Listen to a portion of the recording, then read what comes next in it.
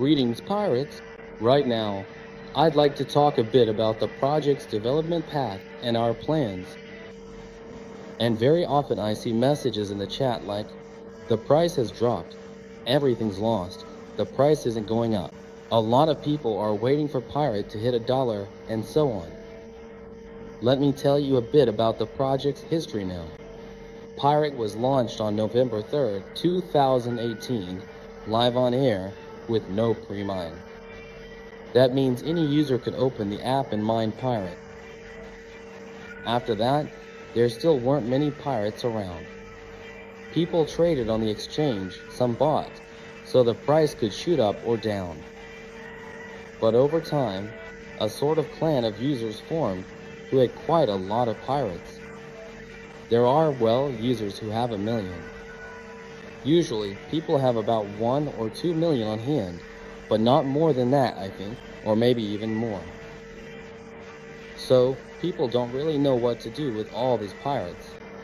At one point, we at the Foundation actually bought up these pirates and created liquidity so that such problems wouldn't arise. It's impossible to buy pirates and so on. Because the main problem with PLS coins is that users don't want to keep their coins on the exchange, since they're staking. There's FOMO, the fear of missing out. Why keep coins on the exchange if they could be earning? On our part, we created good liquidity. That is, all the coins we have are locked in liquidity for 10 years. So you understand, the project can't do a dump. Because first of all, we've locked our coins, and we can't withdraw them from the pool. Accordingly, you have protection from a rug pull and so on. Next, regarding price changes, we created liquidity not only for USDT. The main amount is for USDT. We also created liquidity for Bitcoin, for Ethereum, for Dash, for Santi, and so on. This generates trading volume. Accordingly, you see the price rise when Bitcoin goes up, and the price fall when Bitcoin drops, and so on. Basically, trading volumes are being generated, which is very important for crypto projects. Considering that all our coins are in liquidity, because we tried to make the project as secure as possible, the question arises, why isn't the price going up? For the price to go up, manipulators are needed. That is, people who own the coins. We don't own the coins, so we don't manipulate the market. The market, that is, the pirate's price, follows the top coins because, once again, all our coins are in liquidity. And this basically creates good growth, declines, and so on. This allows people to make money on the market. At the same time, we created a large cushion in USDT. When Bitcoin drops sharply, Pirate doesn't fall as much in comparison to Bitcoin. So what's next? On our end, we're building services. For example, yesterday you saw a video where I told you that we're planning to launch premium features, for which you'll need to hold Pirate tokens. In other words, we're trying to ensure the coin is actually used as a utility token. Accordingly, there will be demand for it. And having demand for this coin will inevitably lead to its growth in the future. Because we're putting all our efforts and resources into developing the project itself, not into manipulation, unlike many other big projects whose main goal on the market is manipulation, making huge gains, and fleecing people, and so on. As for the whales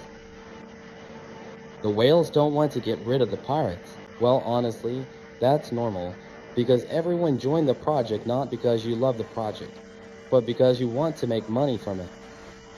And I completely understand that.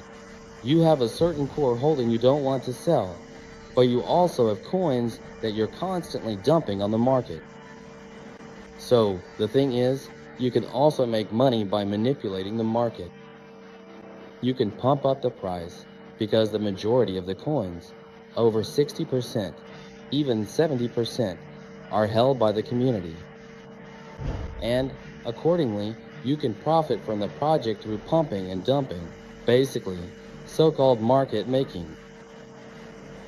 So, if the whales in the project don't want to do this, growth will only happen when we create our own services and there is natural demand for the coins.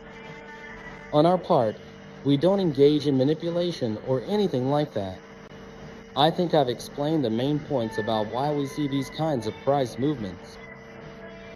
But from our side, we try to motivate users. The coins that we buy back from the market, we distribute them. Now the third swap is coming up, and it will be 500,000.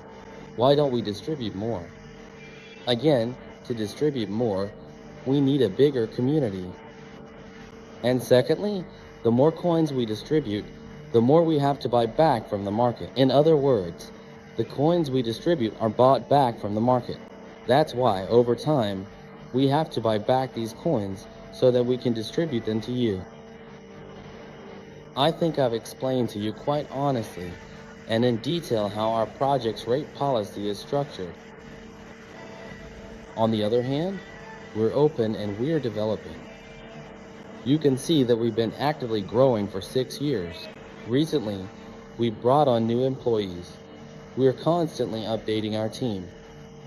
In other words, our team is growing. If an employee doesn't meet certain criteria for us, or if our company doesn't appeal to them, in other words, people can both join and leave us naturally. That's why we try to expand our staff with quality employees, so we can deliver services on time. By the way, you might notice that today is Saturday. We even released updates at night, because we understand how important it is for you to have a comfortable service right now in the game.